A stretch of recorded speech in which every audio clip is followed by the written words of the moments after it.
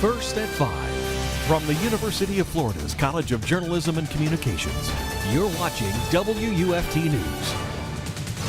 And I looked out the window and the train was sitting on the tracks. And then I heard that there was two trains that collided right down the road from our house. Two trains collided and derailed this morning, causing a 20-car overturn. Good evening. It's Wednesday, November 16th. I'm Stephanie Byrne. And I'm Maggie Lorenz. Thanks for joining us. The head-on collision of the CSX trains happened early this morning in Citra, Florida. Evan Moon went to the scene of the crash this morning and joins us now. Yes, and Florida hasn't had a collision like this in years, and authorities still don't know how bad the damage is at this point. The CSX Train Corporation is working with the Marion County Sheriff's Office and environmental protection agencies to determine how this happened and what the damage will be. I did hear some screeching, the train come to a screeching halt. It was early, I don't even know what time it was. And This is the footage this morning after two CSX trains collided head-on. One train headed south, the other headed north in Citra. Authorities say two of the crew members only suffered minor injuries. Marion County Sheriff's investigators say at least 20 cars overturned, one carrying 4,500 gallons of diesel fuel. So we're working on site with our hazmat managers here and with the Department of Environmental Protection to identify how much fuel has spilled and develop a containment plan for that. Again, no hazardous material danger to any public right now at this time. this is the first time that this has ever happened. I've lived here 34 years and we've never had a train derail or wreck. How this happened, how much diesel fuel spilled, and the total damage are still under investigation, according to CSX.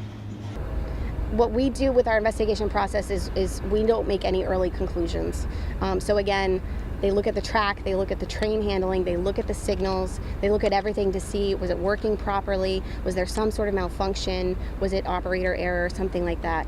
Hours after those two trains collided here in Citra, Florida, they just cleared this railway here so that equipment for cleanup and other cars can start making their way through. The collision site is actually way down this railroad path, but it's still too dangerous for us to get footage out there, and a lot is still under investigation. Once they get enough equipment out there, they will begin what will be a long process of cleanup and making sure the spill is not harmful to residents. Just kind of wondering, how it could happen, with all the computer stuff they have nowadays, how two trains could collide like that. We apologize to the public for the disruption here, to our neighbors and to local drivers. We are very thankful that no one was hurt in this accident. As you saw, the collision caused extensive damage, and CSX crews are unsure of how long it will take to clean up.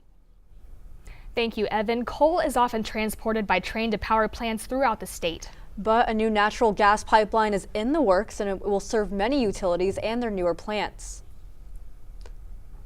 Instead of waking up and going about the day as usual, one Bronson homeowner started his day watching a bulldozer work closer and closer to his property. I'm devastated, just like the trees. Now you're gonna make me cry. It's really, really hard to watch. It really is. Protesters gathered at a Bronson home today to watch trees being cut down for construction on the Sable Trail pipeline. Anger and sadness are other words they use to describe their feelings about the natural gas pipeline being built from Alabama to Central Florida. I really don't know what to say. I mean, I'm distraught. Look, they changed the look of my property. Robin Kuhn has lived on this land for 25 years. He says his family never expected a pipeline to be buried in the backyard.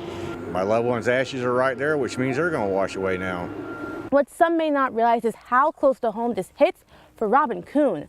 Construction is taking place at least 50 yards away from his home, and the pipeline is set to be 60 yards away. Robin was joined today by a few pipeline protesters from across north central Florida. With the recent arrest in Gilchrist County when some protesters chained themselves to equipment, Levy County deputies came also. We're not there to draw any lines in the sand. We're not there to take any side. However, the people do have a job to do, and the citizens have a right to protest. We just want to make sure it's done peacefully and within the confines of the law. Protesters say they will continue showing up at pipeline sites, hoping to slow down the process and raise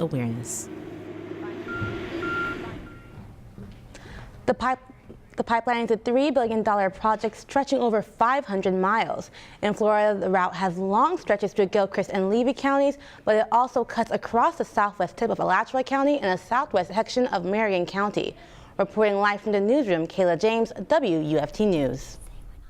Thank you, Kayla. And just like what we've been saying all this week, it was another chilly morning today. I am really starting to like this trend. It's a little cooler in the mornings, but it warms up so nicely throughout the day.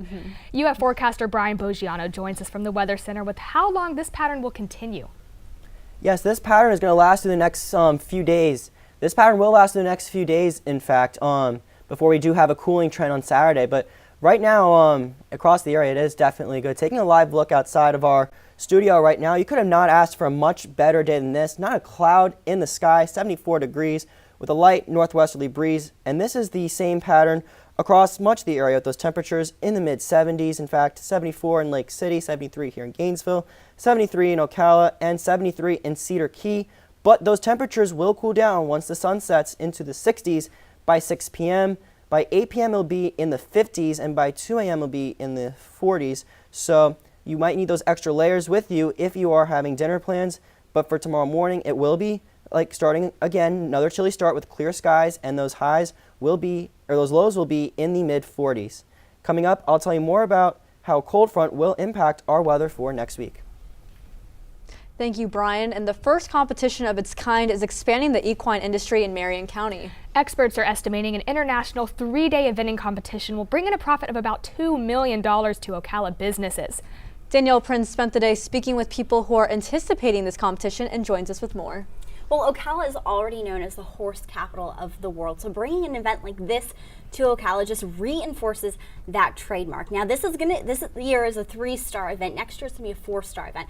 So just to put that into perspective, the Kentucky Rolex event, that's a 4-star event and the only event in the Western Hemisphere. The event organizer told me he's expecting more than 80,000 people to attend the Ocala Jockey Club on Thanksgiving weekend. But aside from the spectators, a 3-star competition is raising the bar among competitors across the globe. Ronald Zabala Getchell is a professional competitor representing his country of Ecuador. He needs a competition of this caliber to further his career with this horse. But by competing here this weekend, and then one more competition during the spring, I will be qualified with this horse to compete at Rolex, at the 4-star. If it wasn't for this new level of competition in Ocala, Getchell would have to travel to Europe to compete in another 3-star competition. And this event is on its way to becoming even more prestigious. Because the plan is to have a 4-star next year, which is great, which is what we need in this country, is to have another 4-star. Right now, the Rolex event is the only 4-star event in the Western Hemisphere. Event organizer Richard Trayford says he chose Ocala for this event after the owners of the Ocala Jockey Club approached him. It was like striking gold, really, for an organizer to find a place that's in this perfect climate, not too hot, not too cold. Trayford also mentioned the ideal land, flat but not too flat.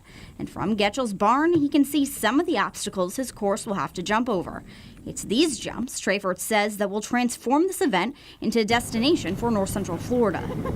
What makes this event a 3-star competition is the difficulty of the jumps. This is a 6-foot drop into the pond right behind me, and then advance towards this waterfall where the horse will jump over this as well. From an economic point of view, sports marketing specialist with the Ocala Visitor and Convention Bureau says this competition will bring money to Ocala during the slow season. We estimate that the economic impact will be just over $2 million, which would be a big boost for our economy, especially at a time when it's not during our peak season. And the economic impact is going to become a tradition as this competition will return each year, bringing more horse levels like Getchell to the horse capital of the world. It helps promote the area, and I think we will have more riders from all over the world to come to Ocala and spend the winters here. Now, when it comes to the hotels in the area, the Hilton right off 200 has already seen a 15% increase in demand during this November compared to this time last year. Thank you, Danielle. And with the holidays and winter approaching, there's an increased risk of house fires. Fireplaces or heaters being used for the first time in months may need maintenance first. And then there are cooking fires. WUFT's Brittany Smith has been watching how firefighters prepare for the season. Brittany. With holidays just around the corner, there's going to be lots of cooking and fun but distracting activities going on, which is why we all need to be on alert. Gainesville Fire Rescue uses hands-on training today to ensure they're as prepared as possible for any fire, especially those that tend to come with the holiday season. Cooking fires are 4 times more likely on Thanksgiving Day, and GFR says the #1 cause they see is people get distracted with other activities and leave food on the stove. Especially with cooking, a lot of people are cooking now that don't normally always cook for the holidays, and that's okay, but we just need to make certain that we're paying attention to the dials on the stove, making certain that we're keeping an eye on things and not just walking out of the room and leaving them unattended. One Gainesville mom says she will prepare better this year to prevent a fire in her home. But just trying to stay focused on what is going on in the kitchen and being aware of what dishes you have, also all the family in and out, maybe trying to minimize that distraction of everybody coming in around the stove. The Gainesville Fire Department understands the importance of using real-life situations to train firefighters. Chief Cowart says hands-on training is a must to ensure a safe and quick rescue. We can get a lot of knowledge from books, and we really practice on trying to make certain that all of our folks stay highly educated. But when it comes down to the actual skills of the trade, we need hands-on experience. Now, you would think that the most important aspect for firefighters is that hands-on physical training. However, I'm told that communication is the key, which is why devices like these are vital. New software and monitors on the backs of firefighters can be tracked by others on the scene. A district chief's vehicle can receive alerts when someone's oxygen runs low or they stop moving for more than 20 seconds. The Gainesville Fire Department says that if you should experience any fire in your home, to call 911 immediately and avoid trying to put the fire out yourself. Reporting live from the newsroom, Brittany Smith, WUFT News. Thank you, Brittany. The Minnesota officer involved in the shooting death of Philando Castile has been charged with second-degree manslaughter. Castile was shot to death by Officer Geronimo Yanez during a traffic stop in July. Castile's girlfriend was in the car with him when the shooting happened and used Facebook Live to show the aftermath. The prosecutor in the case says Castile told Yanez he had a gun, but the prosecutor says there's no evidence Castile ever tried to use it. Yanez will make his first court appearance on Friday. And the Democrats and Republicans have chosen Senate leaders. Republicans re-elected Senator Mitch McConnell as Senate Majority Leader, while Democrats elected Senator Chuck Schumer as the Senate Minority Leader. Schumer replaces Senator Harry Reid, who chose to retire rather than run for re-election. And still to come, if you aren't at home when your holiday packages arrive, are they safe sitting on your doorstep? We'll look at a new way one company is making sure your deliveries get to you safely.